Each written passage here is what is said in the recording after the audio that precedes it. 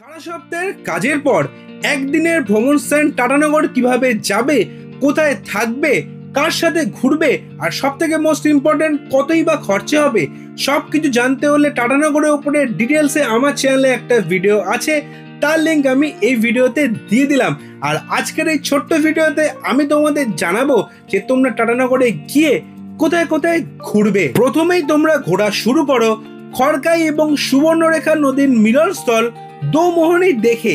তারপরে ডোবো ড্যাম এবং চান্ডিল ব্যারেজ দেখে তোমরা চলে এসো টাটানগরের সব থেকে পপুলার স্থান চান্ডিল ড্যামে এবং 150 টাকা দিয়ে টিকিট কেটে 5 মিনিটের জন্য করে নাও চান্ডিল ড্যামে একটা অসাধারণ বোট রাইড। সেখান থেকে জয়দা মন্দির ঘুরে তারপরে তোমরা চলে এসো দলমা ওয়াইল্ড লাইফে, সেই জায়গা ঘুরে তারপরে তোমরা চলে এসো ডিমনা লেকে।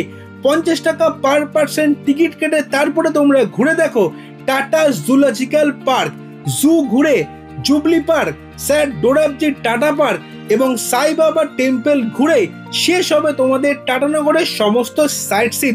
আর খাবার দাবার জন্য কিন্তু সাউজি হোটেল থেকে স্পেশাল মাটন থালি এবং ফকিরের চানাচুরের দোকান থেকে কিন্তু চানাচুর অবশ্যই তোমরা ট্রাই করে দেখতে পারো।